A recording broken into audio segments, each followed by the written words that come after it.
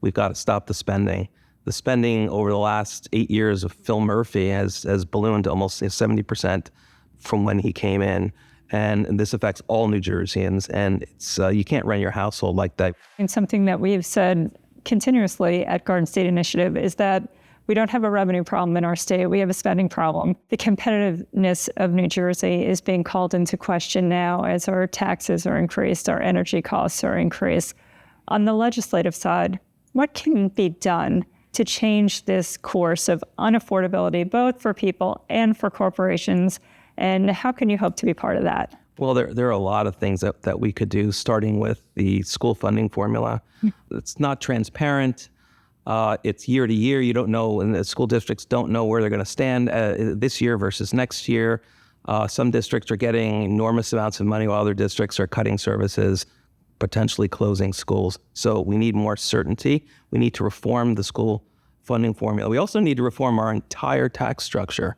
Pennsylvania has lower corporate tax, lower personal income tax, lower sales tax. Across the board, they have lower taxes than we do. We're not competitive with Pennsylvania. And so, as an economics major many years ago, people make decisions based on what's in front of them. And that's why we see such an outmigration from New Jersey. You won't be surprised to hear that you're not the first person to bring up Pennsylvania today. Leave them alone. They're forward thinking as they lowered their corporate business tax, and they really opened the welcome mat to businesses that are taking advantage of that.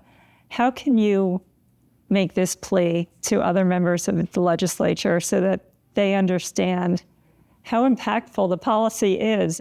I very often talk, and I say it publicly, I think a lot of legislation and legislators think in only one dimension. You cut taxes, you cut corporate taxes or property, whatever you tax. It's not just you're losing revenue. In fact, in many instances, you're going to increase revenue over time. So we need to have a forward-thinking legislature that looks beyond the bill that's right in front of them and see the secondary, tertiary effects that are going to happen. And typically, there's a lot of evidence with tax cuts that evidence shows that it's very positive and pro-growth and attracts people and helps everybody.